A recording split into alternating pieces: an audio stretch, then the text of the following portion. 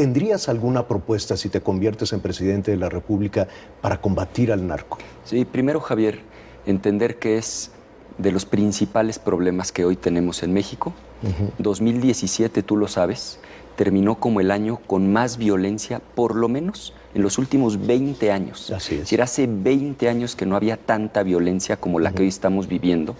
Y no solo son los homicidios, Javier, es la mujer, el hombre a quien asaltan en el transporte público, es la persona que sale de su casa y cuando regresa resulta que robaron su casa, es la mamá que cuando despide a su hija o a su hijo no sabe si va a regresar y en qué condiciones.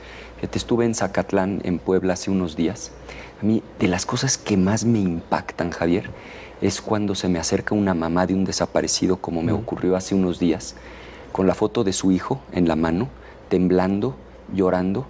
Me dijo, desapareció mi hijo hace 3 años, esto ocurrió en Tamaulipas, y me cimbró cuando me dijo, nada más imagínese usted, yo tengo 3 hijos, Javier, que usted llevara 3 años buscando a uno de sus hijos y que no lo pudiera encontrar. Estos niveles de violencia, porque detrás de los números que son fríos, hay historias de profundo dolor. Esto ya es absolutamente insostenible. Tenemos que cambiar la estrategia. Yo la propongo en 2 grandes ejes, Javier, para recuperar la paz y la tranquilidad. Primero, el eje preventivo. Hay que atender las causas más profundas del problema. Promover el deporte, la cultura, que haya empleo, que haya prosperidad, oportunidades y sobre todo el tema de la educación. Educación, oportunidades de educación, particularmente para los más jóvenes. Y segundo, Javier, enfrentar el problema pero con una estrategia diferente. Primero, no solamente buscar descabezar, sino desmantelar las organizaciones criminales con verdadero trabajo de inteligencia. Hay que duplicar el tamaño de la Policía Federal. Hay que profesionalizar, Javier. Por increíble que parezca, no se ha hecho. Las policías en el país que estén bien pagadas, que sean confiables, que realmente estén del lado de la gente, no del lado de los delincuentes. Hay que dar estímulos a los buenos policías y, por supuesto, correr a los malos elementos. Evitar que las armas lleguen a los delincuentes.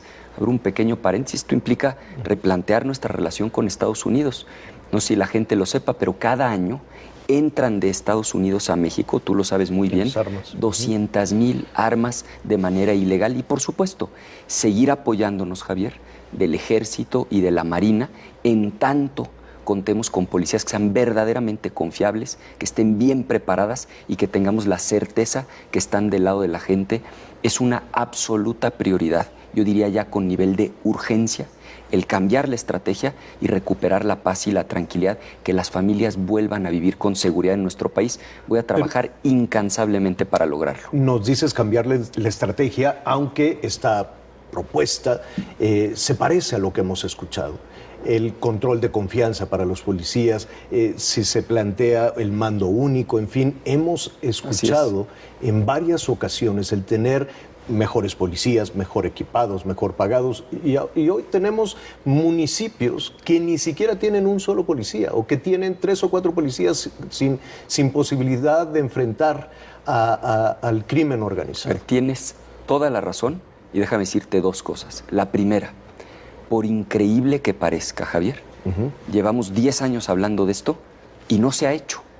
Yo invito a que la gente vea las cifras que publicó esta organización de la sociedad civil, muy confiable, muy profesional, Causa en Común. Prácticamente, Javier, ninguna policía del país cumple con todos los estándares de profesionalización que están establecidos en la ley. Es que ese es el problema de los políticos, que luego son muy buenos para echar rollos, pero las cosas no suceden, no se aterrizan. Necesitamos, como decimos coloquialmente, pasar del dicho al hecho. Y segundo, en este tema en particular no tenemos todos la misma propuesta. Mi planteamiento, por ejemplo, es muy diferente del que tiene Andrés Manuel López Obrador. Tú sabes, él ha estado planteando una amnistía, es decir, perdonar a los criminales, perdonar a los delincuentes. Yo estoy absolutamente convencido de que eso primero no resolvería el problema, sino al contrario, aumentaría la violencia. Y te doy datos concretos. Eso de perdonar a los delincuentes, haciendo un trato con ellos, pensando que así va a bajar la violencia, lo intentaron, por ejemplo, en Colombia, hace más o menos unos 25 años, también en El Salvador. los resultados fueron un desastre, Javier. Porque cuando se le da tregua al crimen, se reagrupan, se fortalecen y lejos de disminuir la violencia termina aumentando. Entonces no estamos todos proponiendo lo mismo y el reto, Javier, es hacer que las cosas sucedan. Para mí será la máxima prioridad recuperar la paz y la tranquilidad en el país, que las familias vivan seguras, que vivan tranquilas. Mira, particularmente quienes lo resienten de manera más cruda son las mujeres. Los feminicidios en los últimos 2 años, Javier, aumentaron 70%. No podemos seguir así. En materia de seguridad necesitamos un cambio profundo, absoluta convicción, firmeza, inteligencia, fuerza para resolver este problema y que las familias puedan vivir en paz. Castigo. Absolutamente, Javier. No, porque la justicia es fruto de que se haga valer la ley, no de la impunidad, no de perdonar a los delincuentes. Vamos a tener paz cuando haya justicia. Por supuesto que tenemos que aplicar la ley. Ahora, no basta solamente con la fuerza. Necesitamos acciones preventivas, ir a las causas más profundas del problema, que los jóvenes tengan oportunidades de empleo, oportunidades de trabajar. Mira, por eso, entre otras cosas, me da tanto coraje que haya tanta corrupción en nuestro país. Políticos ladrones robándose el dinero de la gente, habiendo tantas necesidades. ¿Cuántos jóvenes, Javier, se quedan sin la oportunidad de seguir estudiando porque no hay una beca disponible? Y sí hay recursos, el problema es que se lo están robando políticos corruptos. También tenemos que acabar con la corrupción, que a su vez es origen en buena medida de los problemas de inseguridad que tenemos en el país. Ahorita entramos al tema de los corruptos, pero me llama la atención que en las propuestas de seguridad se habla de alinear a las policías, de equipar a los policías, de tener buenos policías, y de pronto tenemos también un sistema oscuro en la parte judicial, y digo, en el terreno de los jueces poco sabemos los ciudadanos lo que por ahí sucede. Tenemos hoy un sistema penal acusatorio que parece una puerta giratoria. Este es un punto fundamental. ¿Qué harías si te conviertes Tienes en toda la presidente? razón. Una modificación, Javier. Hoy, quienes son detenidos portando armas de fuego no ameritan prisión preventiva. Entonces, literalmente, como lo acabas de decir, es una puerta giratoria. Los detienen e inmediatamente resultan liberados. Conozco muchísimos casos, me lo dice la gente con frustración cuando recorro el país. Pero eso lo puede hacer un presidente. Hay que modificar la ley, Javier. El presidente tiene derecho a presentar iniciativa. Ahora, por eso justamente nosotros estamos proponiendo hacer el primer gobierno de coalición en la historia de nuestro país.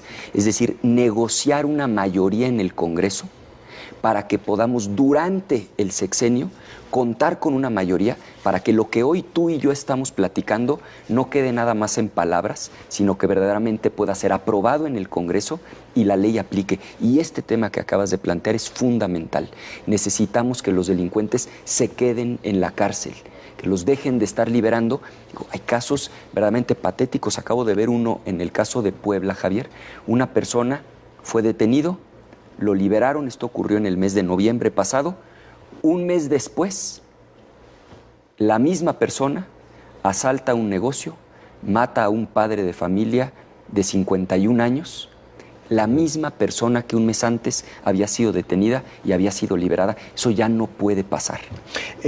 Estás hablando de que un presidente solo no podría hacer eso, puede empujar, pero necesitaría el respaldo legislativo. Así es. Necesitaría modificar las leyes. Y estás hablando de, por eso, un gobierno de coalición. Exactamente. Hace algunos meses estábamos discutiendo, pero ¿cómo le va a hacer Ricardo Anaya para conciliar entre dos posiciones históricamente distintas, ideológicamente distintas, ¿no? Me refiero al PAN y al PRD, a la distancia que ha pasado con esta unión o con esta coalición, y cómo sería ese gobierno. ¿Lograron conciliar dos puntos de vista diferentes? Nosotros formamos una coalición entre 3 fuerzas políticas, PAN, PRD, Movimiento Ciudadano.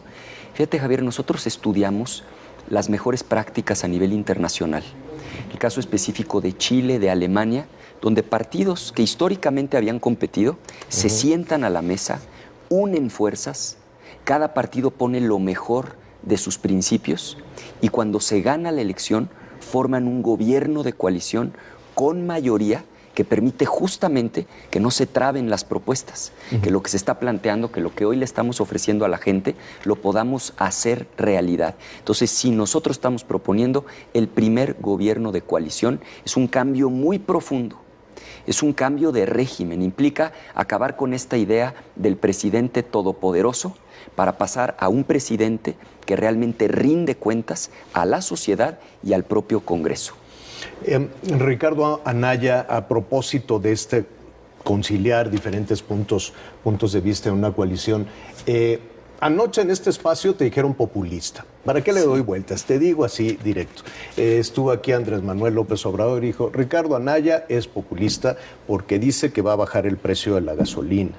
Pero además le agregaría otras voces, eso es lo que nos dijo Andrés Manuel, pero yo le agregaría otras voces que dice Ricardo Anaya es populista porque propone darle dinero a cada mexicano, la renta básica. ¿Eres populista? A ver, primero, con todo respeto, ahora sí que el burro hablando de orejas, y me refiero a López Obrador. Segundo, cuando yo hago un planteamiento, lo hago con seriedad, Javier. Hoy la gasolina, a ver, la gente que nos está viendo ahorita en su casa, ¿está cara, sí o no? Está carísima. Un litro de gasolina es más caro hoy en México que, por ejemplo, en Estados Unidos. ¿Y saben por qué está tan cara la gasolina? Porque de cada litro de gasolina, casi el 40% de lo que pagamos, pensemos en un litro de casi 20 pesos, el 40%, 8 pesos de esos 20 son impuestos, Javier, que cobra el gobierno. Fundamentalmente dos impuestos. Un impuesto que es el IVA y otro impuesto que se llama Impuesto Especial sobre Producción y Servicios. Nosotros desde hace tiempo, el PRI no quiso que pasara esa iniciativa y ahora veo que López Obrador tampoco está de acuerdo. Lo que sostenemos es, bueno, es razonable que haya un impuesto, sí, pero no casi del 40%, no 8 pesos de cada litro que vale prácticamente 20. Es un absoluto abuso. Estando la economía como está, Javier, por supuesto que no estoy de acuerdo en que se cobren tantos impuestos y por supuesto que estoy planteando que tiene que bajar el precio de la gasolina. Pero eso ¿bajas es el un precio de la gasolina planteamiento quitándole uno de esos dos impuestos? quitando una parte del impuesto especial sobre producción y servicios. Es absolutamente factible y por supuesto que lo voy a hacer de ser presidente de la República. ¿Y te alcanzaría para la renta fija? ¿Cuál es el nombre de tu propuesta? El ingreso básico universal, Javier. Ingreso básico universal. Es algo que se está discutiendo en muchas partes del mundo. Es un planteamiento en donde lo que se busca es garantizar un mínimo para toda la gente que realmente lo necesite. Déjame darte un dato. En México, Javier, hay 10 millones de personas que viven en pobreza extrema. No en pobreza en general, pobreza extrema, Javier. Eso no es ético, es moralmente inaceptable. Vivir en pobreza extrema es no tener lo suficiente ni siquiera para comer. Gente que no come 3 veces al día, gente que sufre para darle de comer a sus hijos. Por supuesto que necesitamos un planteamiento audaz para acabar con la pobreza extrema en el país. Es perfectamente factible, lo que estoy proponiendo sí se puede financiar, te lo digo porque hemos corrido los números, porque es un planteamiento no solamente responsable, sino moralmente indispensable. Estaría dirigido entonces no a los 120 millones de mexicanos, sino al sector que estaría en pobreza extrema. Hay mecanismos justamente para que se priorice a quienes realmente lo necesitan y que quienes no requieren el apoyo no lo obtengan. ¿No existen ya estos programas federales, estatales? Fíjate, qué bueno que lo planteas. Sí existen programas y han sido absolutamente ineficaces. También se ha repartido dinero, diario se reparte también dinero. Hace 20 años, Javier, había en México, en términos absolutos, menos pobres de los que hay hoy. Hace 20 años había 47 millones de personas en pobreza, hoy hay 53 millones. Me refiero a la pobreza en general, no solo a la pobreza extrema. Si esos programas fueran tan buenos, si estuvieran tan bien pensados, si estuvieran tan bien diseñados, pues entonces habría disminuido de manera considerable la pobreza. Decía Einstein, una de las mentes más brillantes en la historia de la humanidad, que la locura, Javier, es hacer lo mismo una y otra vez y esperar resultados diferentes. Yo no aspiro a ser presidente de la República para seguir haciendo más de lo mismo. Yo aspiro a ser presidente de México para hacer los cambios profundos que nuestro país necesita, y hoy hemos hablado ya de 3 muy concretos. Bueno, sí, el tema de seguridad, acabar con la pobreza extrema, y necesitamos también un cambio en el tema económico, Javier. La gente cada vez está ganando menos dinero. No solo es un problema de generar empleos, sino que los empleos estén bien pagados. Déjame darte un dato.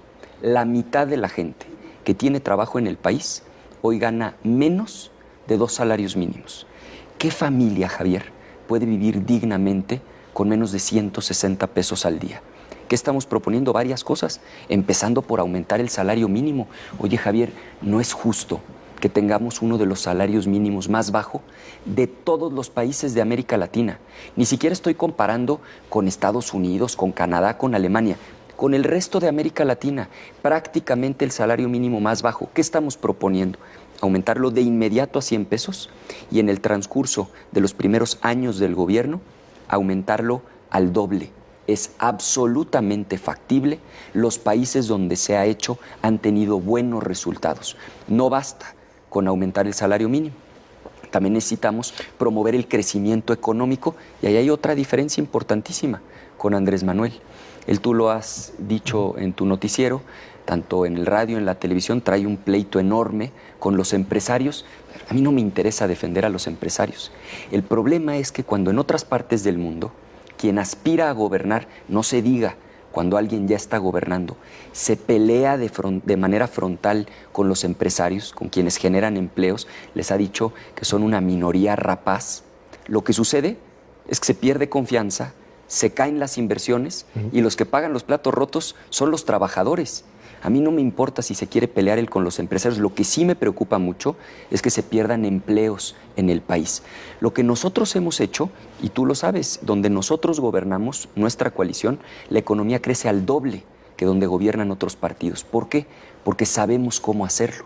Sabemos que tenemos que incrementar competitividad, hacernos atractivos a la inversión, invitar a los inversionistas para que crezca la economía, se generen empleos e, insisto, tenemos que trabajar no solo en generar empleos, sino que los empleos estén mejor pagados. Estas ideas, ¿con quién las compartes? Y esto te lo pregunto porque en esta propuesta de bienestar económico incluyente, por lo que estoy escuchando en estos planes, de la seguridad, del bienestar económico, de avanzar hacia esta renta fija, hacia los más desprotegidos, ¿con quién lo harías? ¿Con quién gobernarías? ¿Con quién vas a gobernar?